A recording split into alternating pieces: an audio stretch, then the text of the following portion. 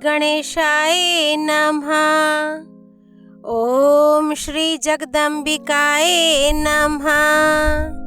श्रीमद् देवी भागवत स्कंद 9 अध्याय 6। विष्णु पत्नी लक्ष्मी, सरस्वती एवं गंगा का परस्पर शापवश भारतवर्ष में पधारना। भगवान नारायण कहते हैं, नारद, स्वयं भगवती सरस्वती वैकुंठ में भगवान श्री हरि के पास रहती हैं।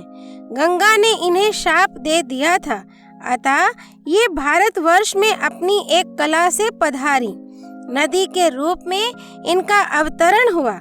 ये पुण्य प्रदान करने वाली पुण्य रूपा और पुण्य तीर्थ स्वरूपिणी है। मुने, पुण्यात्मा पुरुषों को चाहिए कि वे इनका सेवन करें, क्योंकि उन्हीं के लिए इनका यहाँ पधारना हुआ है। ये तपस्वियों के लिए तपो रूपा है और तपस्या का फल भी इनसे कोई अलग वस्तु नहीं है। किए हुए सब पाप लकड़ी के समान हैं। उन्हें जलाने के लिए ये प्रज्वलित अग्नि स्वरूपा है। भूमंडल पर रहने वाले जो मानव इनकी महिमा जानते हुए इनके तट पर अपना शरीर त्यागते हैं, उन्हें वैकुंठ में स्थान प्राप्त होता है।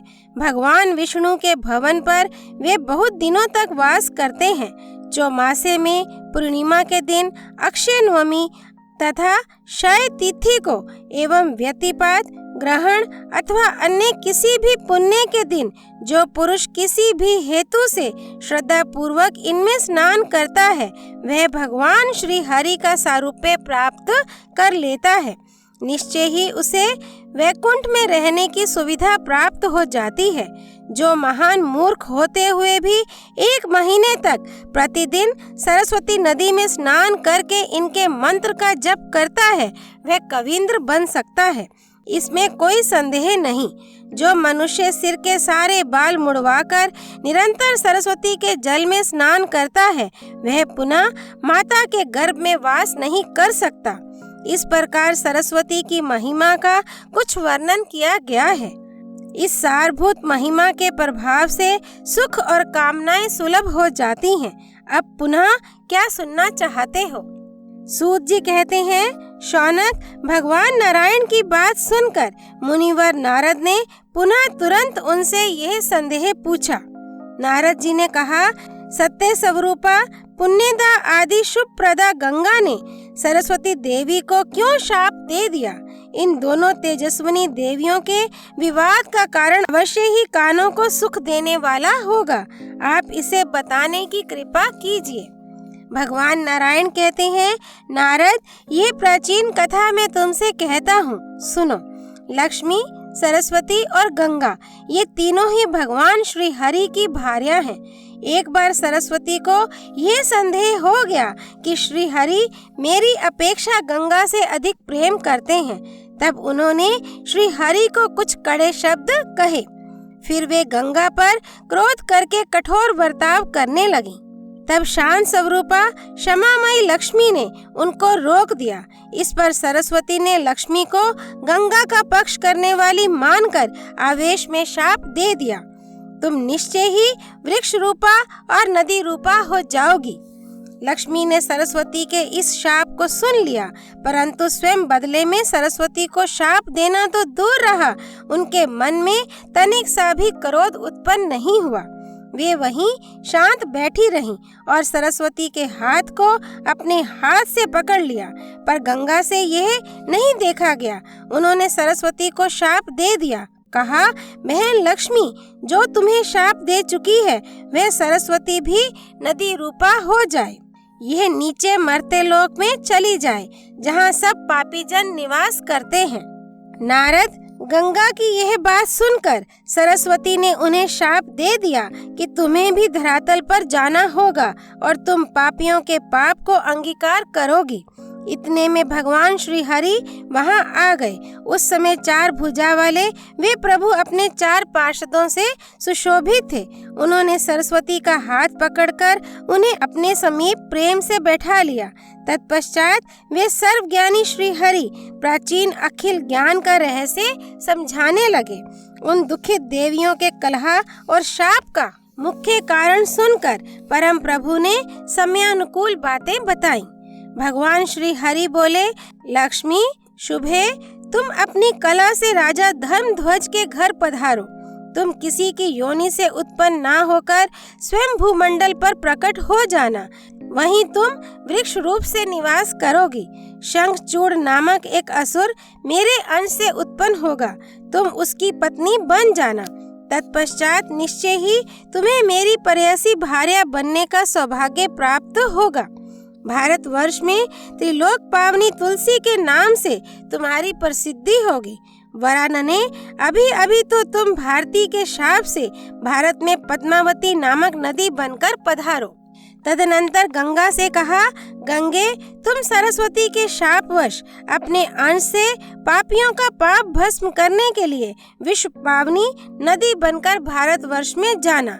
सुकल्पिते, भगीरथ की तपस्या से तुम्हें वहां जाना पड़ेगा। धरातल पर तुमको सब लोग भगवती भागीरथी कहेंगे। समुद्र मेरा अंश है, मेरे आज्ञा अनुसार तुम उसकी पत्नी होना स्वीकार कर लेना। इसके बाद सरस्वती से कहा, भारती, तुम गंगा का शाप स्वीकार करके अपनी एक कला से भारतवर्ष में चलो। तुम अपने पूर्ण अंश से ब्रह्म सदन पर पधार कर उनकी कामिनी बन जाओ। ये गंगा अपने पूर्ण अंश से शिव के स्थान पर चलें। यहाँ अपने पूर्ण अंश से केवल लक्ष्मी रह जाएं, कारण इनका स्वभाव परम शांत है। ये कभी तनिक सा क्रोध नहीं करती। मुझ पर इनकी अटूट श्रद्धा है। ये सत्व स्वरूपा हैं। ये महान साध्वी, अत्यंत सौभाग्यवती, क्षमा मूर्ति, सुंदर आचरणों से सुशोभित तथा निरंतर धर्म का पालन करती हैं।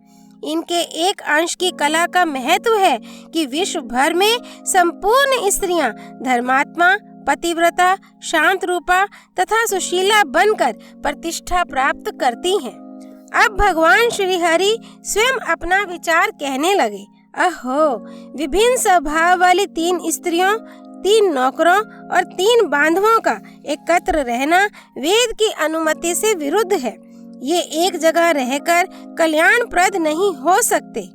जिन गृहस्थों के घर स्त्री पुरुष के समान व्यवहार करे और पुरुष स्त्री के अधीन रहे, उसका जीवन निष्फल समझा जाता है।